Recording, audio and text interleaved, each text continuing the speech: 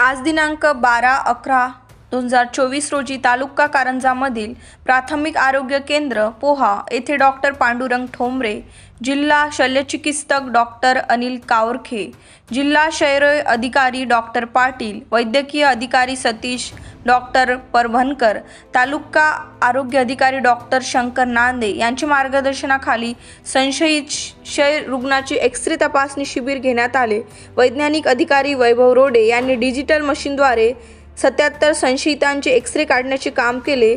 तसेच वैद्यकीय अधिकारी doctor Prashant Waghmare, doctor Chetan Rathod, doctor Nilkanth Nagolkar, doctor Vaishnavi Parande यांच्या मार्गदर्शनाखाली फार्मसी ऑफिसर आरती कोहर, वैज्ञानिक अधिकारी अनिरुद्ध डेरे, आरोग्य सहाय्यक आत्माराम सोनोने, गजानन देशमुख, आरोग्य सेवक पद्मवार, आरोग्य सेविका अर्पिता आमटे, किरण तिरोकार, अंजली राठोड, उपचार पर्यवेक्षक निलेश पाटील, गट प्रवर्तक विजया बासुडे, प्रयोगशाळा तंत्रज्ञ क्षितिजा पांडे, परिचर अजिनाथ पालोदे, वाहन चालक गणेश राऊत सुरळकर व अशा कार्यकर्ते उपस्थिती होते। सर्वांनी सहकार्य केले।